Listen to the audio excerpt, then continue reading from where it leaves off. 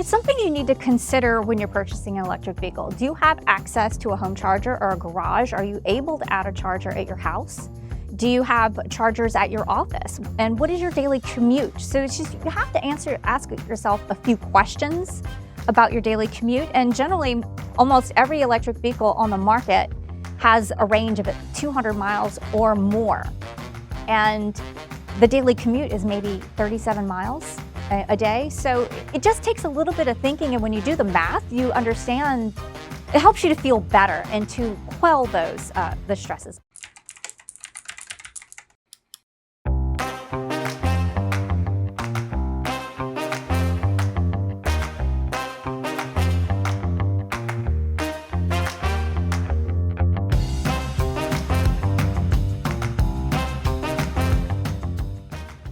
Joining us today is Ann Vale, the Executive Director of Louisiana Clean Fuels, a 501c3 nonprofit that has served Louisiana stakeholders for over 20 years. Louisiana Clean Fuels strives to build partnerships with local and statewide organizations in the public and private sectors to adopt alternative and renewable fuels, idle reduction measures, fuel economy improvements, and new transportation technologies as they emerge. Ann, welcome to the podcast. Thank you, Scott. I'm so happy to be here today. Let's jump right into it, Ann. You're an EV driver, right? Yes. As a director of a clean transportation nonprofit, I'm often asked, what do you drive? And at the time, I started back in 2012, and I got kind of tired of answering that question as a giant gas-guzzling SUV. So in 2019, I bought my first electric vehicle, and the charging network wasn't all that great at the time, and there weren't a lot of options available in Louisiana.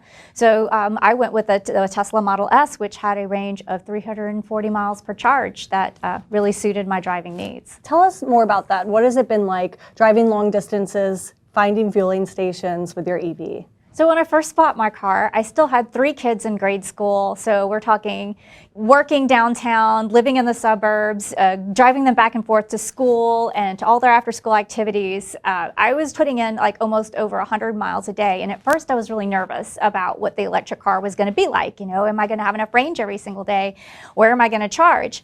And I had more anxiety in the beginning that was kind of unfounded, but it really got better once I got a home charger.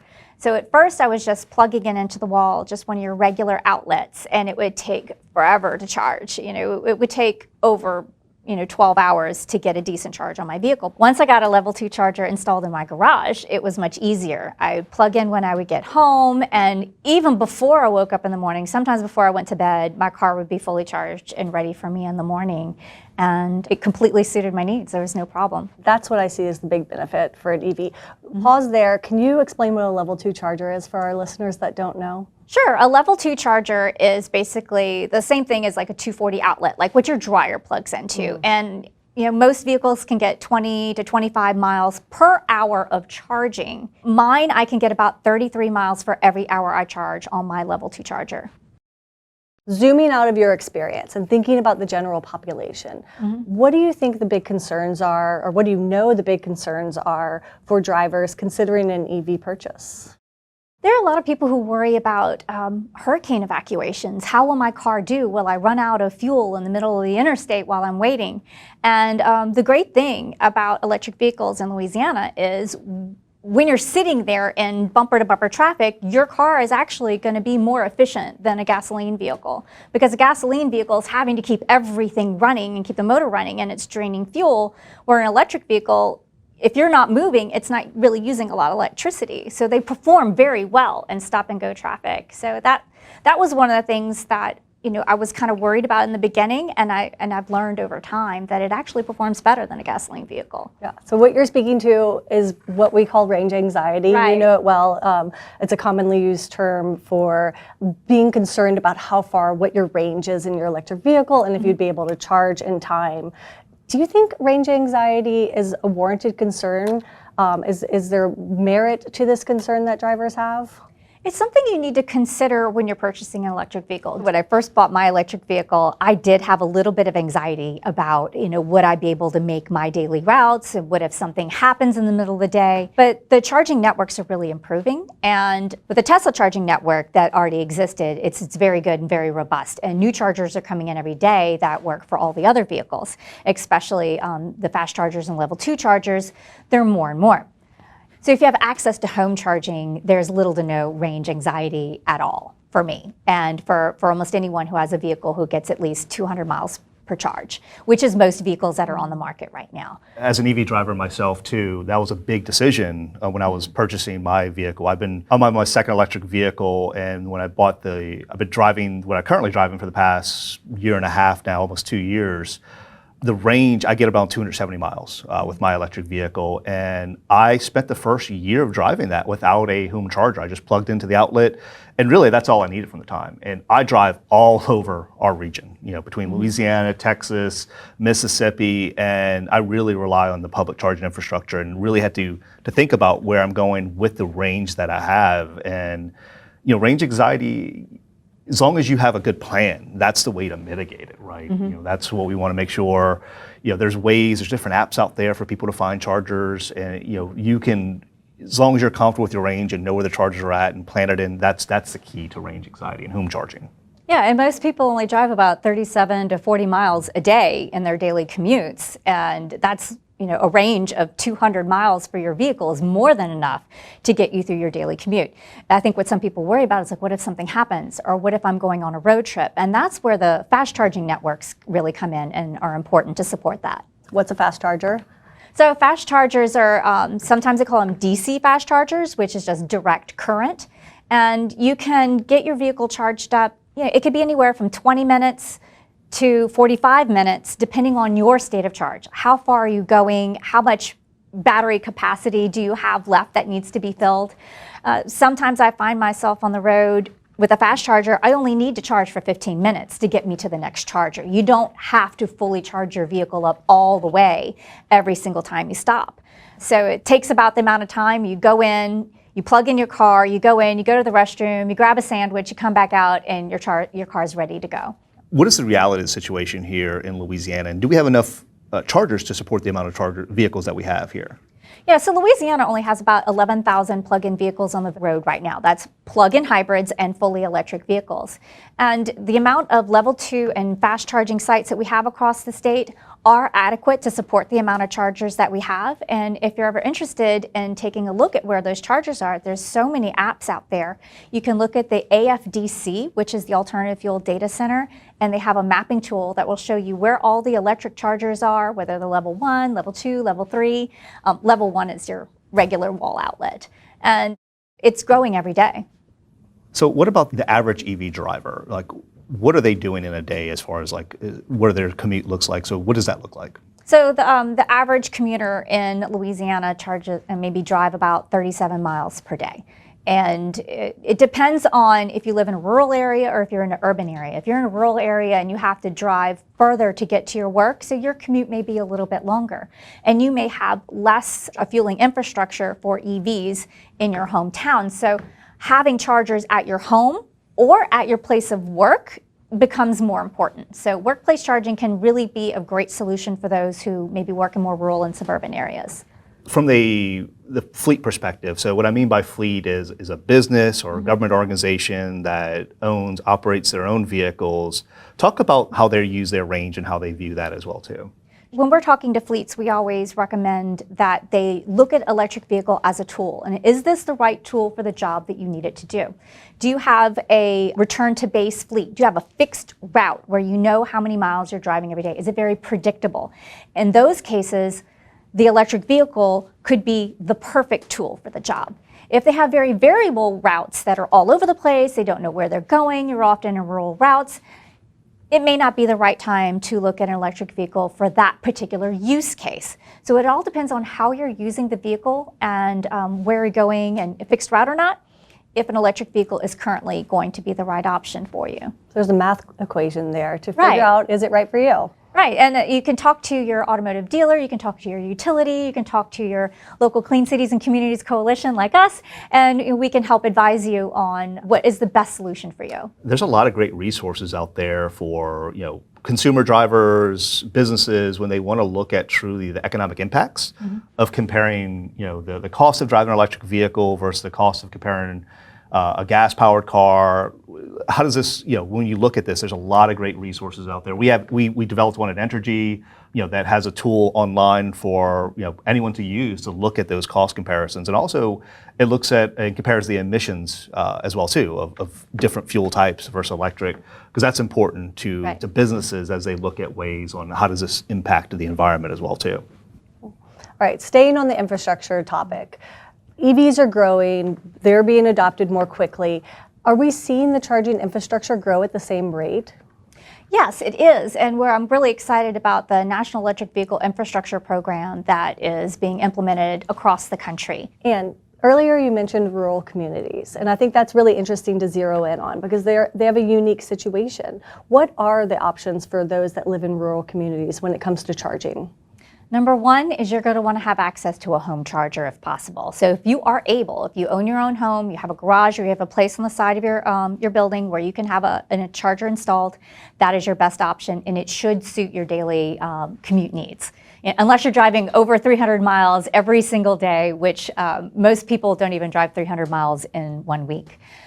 Secondarily, you would want to rely on a charger at your place of work. So wherever your car is parked and sitting and not being used, that is where you would like to have a charger. So at home or at work or maybe at places of recreation. So if you can have chargers at one of those three places, then you should be fine.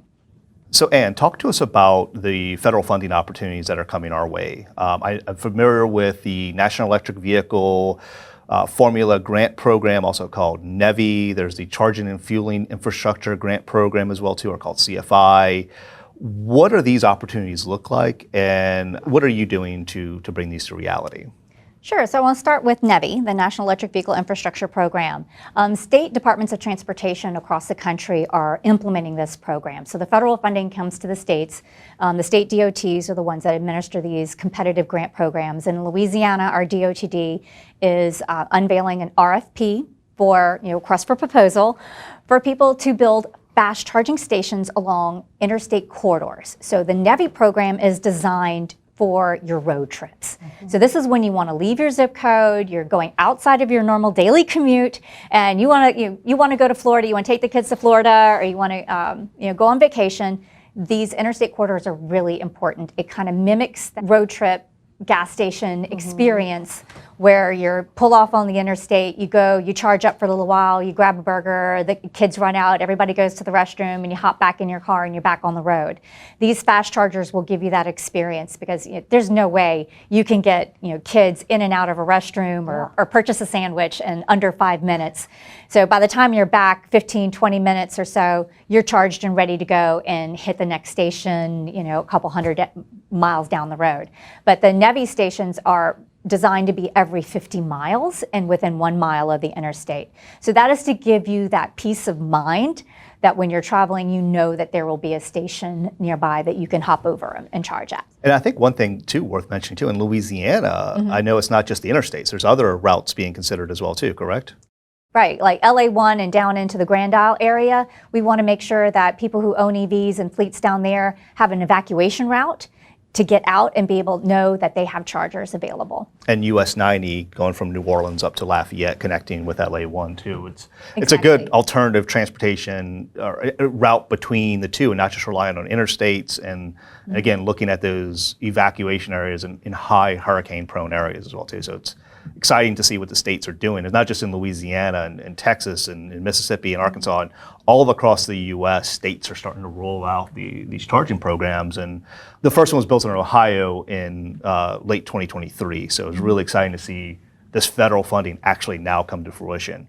And we also mentioned the Charging and Fueling Infrastructure Grant Program. What is that about? That one is for municipalities. Municipalities are the ones that can apply for funding, and it's less restrictive and less prescriptive as to the exactly type of charger that you have to put in, where NEVI is very specific. The CFI funding can be used for level 2 and community level charging.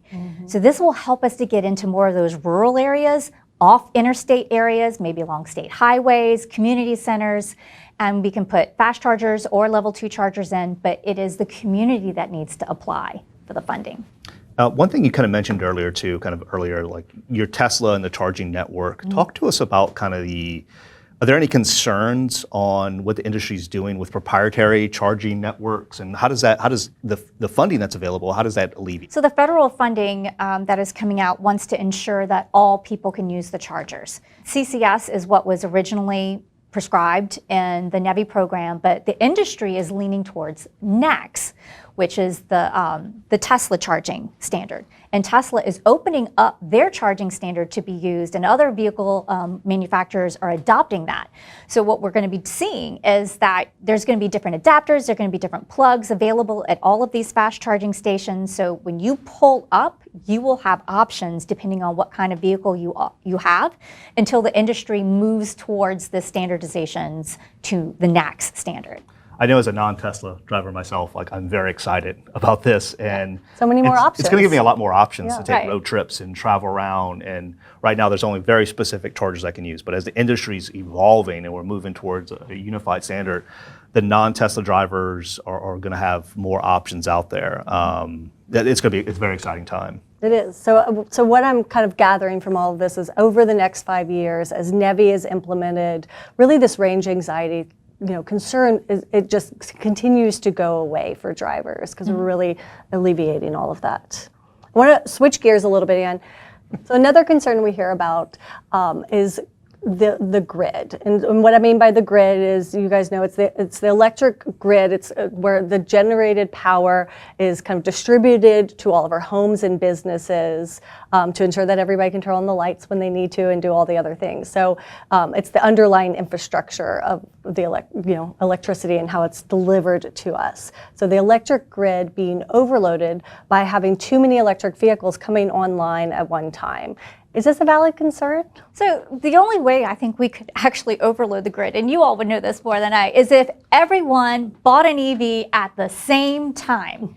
And everybody's not going to purchase an EV right now. Every fleet, every individual. So that scenario isn't really happening. People are adopting electric vehicles at an increasingly fast rate. And we had a 68% increase in EV registrations just as of September from the previous year. And it's going at a nice clip, but there's still not enough vehicles to put that much of a dent into the grid, or much of an impact in the grid. We kind of know that, and so I'm gonna let Scott speak to, as a utility, what are we doing around the grid and hardening the grid for this infrastructure? Yeah, so absolutely. A lot of utilities around the U.S., and Entergy included, are looking and analyzing the adoption that's coming. It's not a question of if electric vehicles are coming, it's when. So as that utility, we have a responsibility to our communities, our customers, to make sure the grid is ready for what's coming. So we're looking at the data, we're looking at where key adoption is taking place, and we're committed to make sure we can prepare the grid for that. We're looking at what's coming for NEVI to make sure we have the infrastructure to support that. Working with fleets, there's a lot of big fleets out there who are electrifying, so we're understanding their timeline so we can keep building the infrastructure in anticipation. We're very committed to make sure we can continue to provide that reliable power to our communities. Right. Yeah. So drivers don't need to be concerned because we are concerned. Exactly. Thanks, Amy. Right. And fleets that are considering switching to alternative fuels like electric vehicles, one of the first calls you need to make is your utility, because it helps you to understand as a utility what load is potentially coming your way, and you can help advise them in their road for designing their fueling infrastructure. That's a really good point, Ann. Yes, thanks for that plug. Please call us. For people less familiar with the technology, can you give us best practices around your EV usage and batteries and what that might look like for a driver? Yeah, so when you buy your electric vehicle, you're generally going to get some advice to not charge your vehicle all the way to completely full every single time, and not let your vehicle deplete. all the way down every single time. It's just good battery management. You're going to want to kind of keep in that middle range of like 20 to 80% charge at all times. And this isn't just for EVs, right? I mean, Right. this is all batteries. People are probably familiar with this concept. Exactly. And with my vehicle getting 340 miles per charge, I don't need 340 miles of charge every single morning when I wake up. So I'll charge it to maybe 290 or 300 every morning, depending on what kind of day I know I'm going to have. And what are the best ways for people to find the nearest charging station? So there are a couple of different ways. There's a lot of different apps out there that you can use to find them. I mean, even Google will let you know where a charging station is now. You have the alternative fuel data center, routing apps. PlugShare is another one. I haven't had to use that because in my car tells me where all the Tesla chargers are. Oh, wow. When I plug in my route and my destination, the car is so smart, and I think almost all electric vehicles now have this capability. It will tell you when you need to charge, and it'll tell you where to go, and it'll even tell me how long I need to be there. And if I don't like that charging station, I can switch it out. Like, oh, there's a nicer one down the road that has a cuter shop next to it. I might switch my charging station. And it just lets you know, and you can really plan out your route so easily just right there on your dashboard. So our cars are making this easy for us, and we don't even have to think about it. Exactly, and it's not just Teslas that do that. I mean, Scott's vehicle does that as well, I'm sure. Yeah, it's not as nice. I can't. It doesn't give me my battery of when I'll be there. I'll have to do that with a lot of third-party applications. But yeah, it's all right there in the dashboard. Is what I said earlier. It all comes back to planning your route and knowing where the charging stations are at. But the software does it for you, right? Mm-hmm. It kind of we'll rely on that to kind of ease that range anxiety there. And not every car has the software, but you're saying there's third-party apps you can use on Third-party your apps, yeah. if you don't have that in your car. Exactly. Yeah. And it's constantly improving. So, almost every new model that comes out, or even every software upgrade that you get with your electric vehicle. So with electric vehicles, you have to do software upgrades every now and then, and it'll do it overnight. So really cool. Like, you're going down the interstates right now and you see signs, gas station here, or 40 miles to the next one. I was just on a big road trip in western Texas, and for the first time, I started seeing billboards for electric vehicle charging. I took a picture of it. I'll share it. It's exciting. Really cool to see that, and I think we're gonna start seeing that more and more, especially as the NEVI funding we talked about is coming out. Mm-hmm. You're gonna start seeing interstate exit here for gas station or electric vehicles. It's exciting to see this coming. The EVs are coming. Yep. All right, Ann, we're starting to wrap things up. So I'm curious, what innovations in the EV market are you most excited about? I'm really excited about the fast charging stations that are going to be going up all over the country. So it'll allow people to travel further and to see our country and to get out on the road on their EVs and not have anxiety when they're behind the wheel. But I'm just really excited about everything that's been happening and all the different models and all the different choices that are coming out. There's so many models available right now. Yeah, we're in a real snowball period. Yeah, it's fun. It is. It's a lot of fun.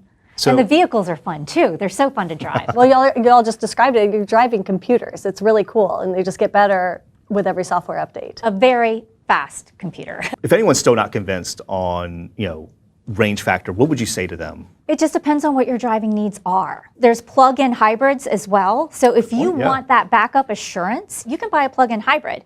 And you could drive conceivably on electric charge for your daily commute, but then you have that backup of the gasoline for longer road trips if you're going to be in some rural areas that maybe don't have their NEVI chargers in yet. So there are plenty of options. Well, that's it. And so thank you so much for joining us today. We definitely, at Entergy, want to thank you and what the team at Louisiana Clean Fuels is doing for the region, our communities. We know our listeners got a lot out of this today, so we really appreciate your time. So thank you so much. Thank you, Ann. Thank you so much. Thank you for having me. Your EV Power Source was powered by Entergy. We hope today's episode has charged your interest in the exciting world of electric vehicles. For more EV insights and resources, visit emobility.entergy.com. On behalf of the team here at Entergy, thanks for listening.